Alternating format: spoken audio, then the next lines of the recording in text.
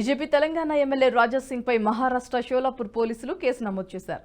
ఆయనతో పాటు మహారాష్ట్ర మాజీ సీఎం నారాయణ రాణే కుమారుడు ఎమ్మెల్యే నితీష్ రాణేపై కూడా కేసు పెట్టారు. మత విద్వేషాలను రెచ్చగొట్టేలా ప్రసంగాలు చేశారంటూ వారిపై అభియోగాలు మోపారు.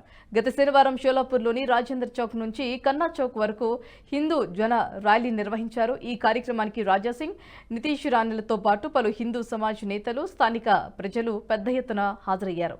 ఈ సందర్భంగా ఒక మతానికి వ్యతిరేకంగా విద్వేషపూరిత ప్రసంగాలు చేశారంటూ వారిపై జైల్ రోడ్ పోలీస్ స్టేషన్లో ఫిర్యాదు అందాయి. దీంతో వీరిపై ఐపీసీ సెక్షన్ 153A, 295A సెక్షన్ల కింద కేసులు నమోదు చేశారు.